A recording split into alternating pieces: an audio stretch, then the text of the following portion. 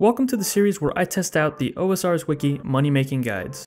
I started this series almost a year ago, and since then we've tried out multiple methods even if they're a little silly, such as picking bananas or even flax. If you enjoy these types of videos, then feel free to check out the playlist that I've made for them, and feel free to leave a suggestion down in the comments for a method that you'd like to see tested. With that being said, let's get into the video. So our last wiki moneymaker video was Mithril Dragons, and I noticed this comment right here saying Addy Dragons next, it only makes sense. And you know what, you're right, it does make sense. So in this video we'll be going ahead and trying out Adamant Dragons. Now unfortunately there's no entry on the OSRS Wiki guide list, but that's fine. I mean, it's still a decent moneymaker, and we're going to find out just how decent it is in today's video. Now, the requirements for this moneymaker are the same as Rune Dragons. You're going to have Dragon Slayer 2 completed, which means that this is a higher level moneymaker. And honestly, if you have Rune Dragons unlocked, you might be better off killing those. But still, there is a very rare chance of obtaining this Dragon Metal Slice that you see here, which is worth a whole lot of money. So if you do happen to get lucky, you can be walking away with some pretty nice cash. Now, as for the gear setup, it's pretty much the same as the last video where I killed Mithril Dragons. The only real difference is the inventory setup. I did decide to bring a Dragon Warhammer as a spec weapon to lower the defense of the dragons. I was debating bringing Dragon Claws, but I figured the Dragon Warhammer is better and it's more accurate than the Claws since they have pretty high slash defense bonuses. We are also bringing an antidote since the dragons can poison us, and we are also bringing a rune pouch filled with Astral, Death, and Earth runes for the Vengeance spell. Now the Vengeance spell isn't really necessary, but I'm bringing it just to get a little more DPS while we're killing these dragons. You'll also want a Dixite pendant so that you can teleport to Lithcrin very easily, and besides that, some prayer potions, some super extended anti-fire if you are using a defender, and you should be good to go. Now fortunately I have a Dixite pendant mounted in my house, so I'll be using that. And I'll also be using the Max Cape to teleport to the Crafting Guild to bank, and to, of course, go to my POH to use the pool to heal. Now, if you don't have a Crafting Cape, then you can either bring Dueling Rings to teleport to Castle Wars, or you can just hop to World 330 or anywhere else where people host houses, and use their homes for the teleports and the Ornate Rejuvenation pool. Just make sure you bring runes to teleport to house, and that you actually have a house to teleport to. Now, as you can see here, we've only killed 34 Adamant Dragons and 440 Rune Dragons.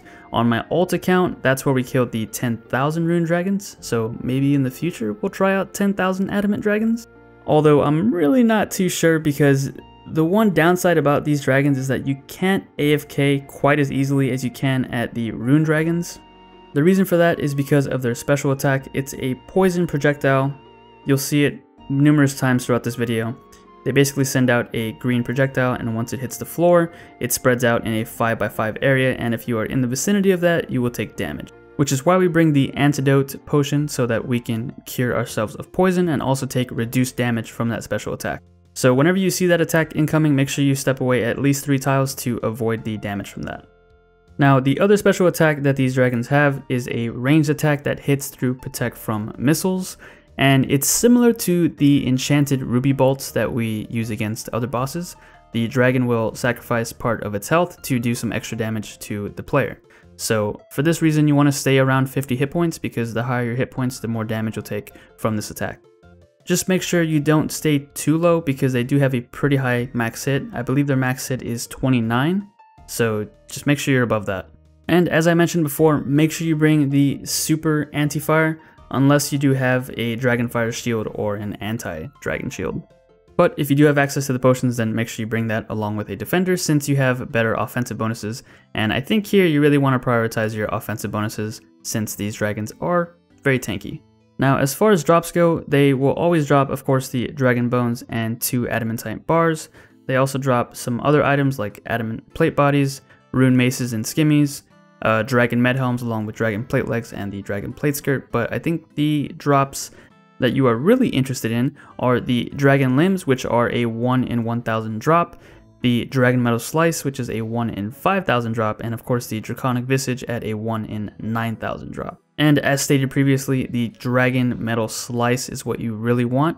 It is listed as 26 mil here on the wiki, but it's not traded very often. So I think a more accurate price is like in the high 30 mils, maybe even low 40 mils.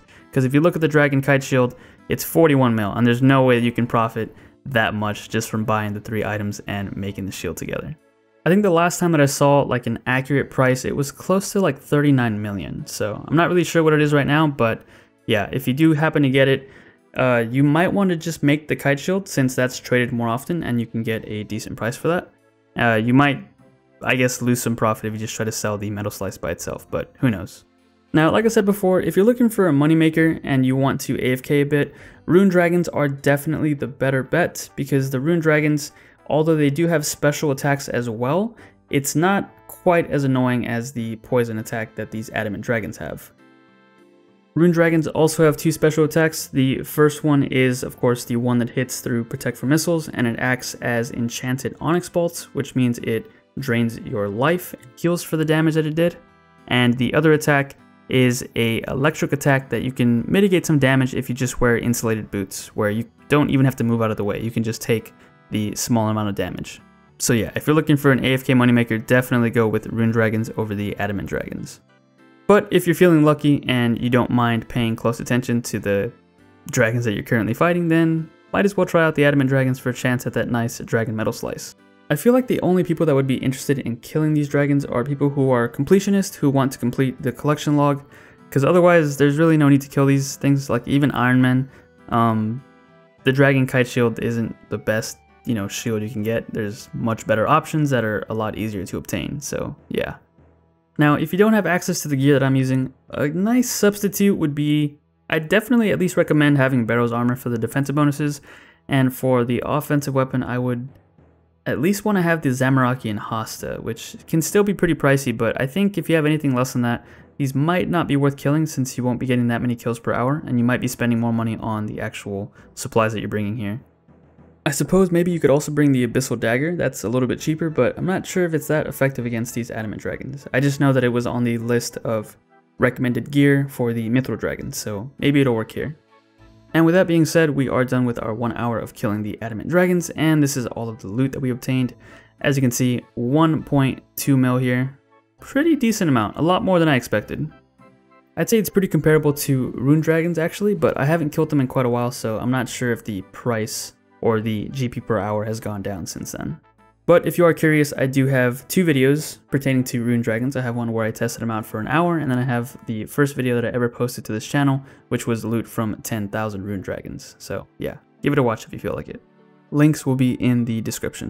And now with everything sold off, we can go ahead and move over to the next screen to calculate the total profit from this 1 hour.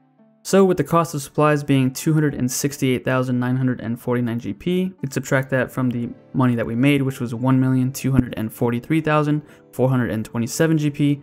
That gives us a grand total profit of 974,478 GP, so slightly under 1 mil.